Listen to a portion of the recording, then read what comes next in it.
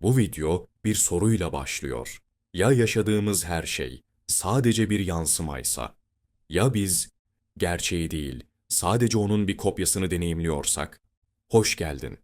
Ben Beyaz Tavşan ve bugün seninle birlikte gerçeğin perdesini aralayacağız.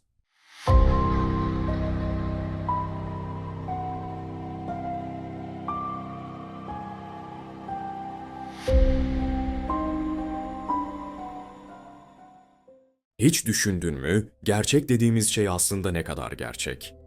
Etrafındaki her şey, dokunduğun masa, hissettiğin rüzgar, duyduğun sesler, ya sadece iyi programlanmış bir simülasyonun parçalarıysa?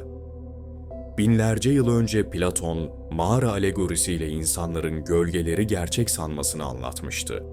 Ona göre insanlık bir mağarada zincirliydi ve sadece duvardaki gölgeleri izliyordu. O gölgeler bizim gerçeklik dediğimiz şeydi. Yüzyıllar geçti. Teknoloji gelişti ama soru aynı kaldı. Biz gerçekten var mıyız yoksa sadece bir algının içindeyiz? Modern bilimin simülasyon fikriyle karşılaşması 2003 yılında oldu.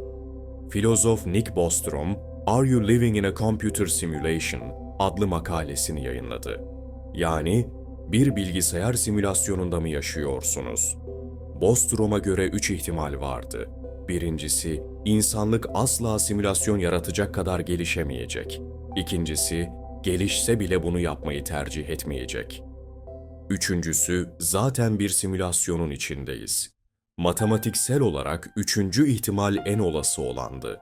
Çünkü teknoloji geliştikçe gerçek ile yapay arasındaki çizgi kayboluyor, bugün bile sanal gerçeklik, yapay zeka ve kuantum hesaplamalarla mini evrenler yaratabiliyoruz. Peki, biz de daha büyük bir sistemin içindeysek, bunu fark etmememiz için sistem bizi manipüle ediyor olabilir mi? Bilim insanları bu sorunun peşine düştü. Evrenin kodlarını çözmek için kuantum fiziğine baktılar. Ve gördüler ki madde sabit bir şey değil. Gözlemlenmediği sürece parçacıklar aynı anda hem burada hem orada olabiliyor.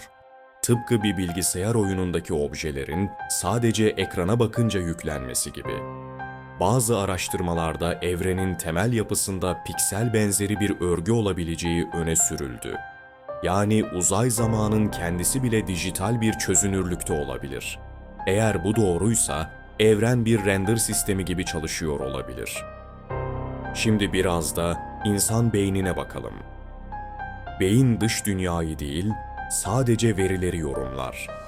Gözlerimiz ışığı toplar, kulaklarımız titreşimleri ve beyin bunları birleştirerek gerçeklik dediğimiz şeyi oluşturur. Ama eğer giriş verisi manipüle edilirse, beyin hala her şeyi gerçekmiş gibi algılar. Bu, bir simülasyonun işleyiş mantığıdır.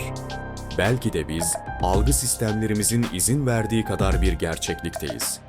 Bir sınırın ötesine geçemememizin nedeni, simülasyonun sınırları olabilir mi? Popüler kültürde bu fikir en iyi Matrix filminde işlendi. İnsanlar makinelerin yarattığı sanal bir dünyada yaşıyor ama gerçek bedenleri enerji kaynağı olarak kullanılıyordu. Neo'nun kırmızı hapı seçmesi aslında felsefi bir uyanıştı. Hakikati bilmek uğruna rahatlığını feda etmek. Bugün bizim elimizde de kırmızı haplar var. Ama onlar fizik, yapay zeka, nörobilim ve felsefeden oluşuyor. Her biri bize gerçeğin sınırlarını biraz daha sorgulatıyor. Belki de modern Matrix, sinemada değil, laboratuvarlarda yazılıyor. Belki bu evren, gelişmiş bir uygarlığın atalarını gözlemlemek için kurduğu bir deneydir. Belki de biz, kendini tanımaya çalışan bir bilincin yansımasıyız. Ama belki de gerçeklik dediğimiz şeyin peşinde koşarken onu hiç bulamayacak olmamızın sebebi bizim zaten onun bir parçası olmamızdır. Çünkü bazen uyanmak demek sadece gözünü açmak değil, farkına varmaktır. Bu sadece bir teori değil, bir davet. Gerçeği sorgulamaya, uyanmaya ve belki de kendi kodunu kırmaya bir çağrı. Ben Beyaz Tavşan ve her video seni biraz daha derine çekmek için burada. Bir sonraki bölümde görüşürüz. Şimdi sor kendine, gerçek misin?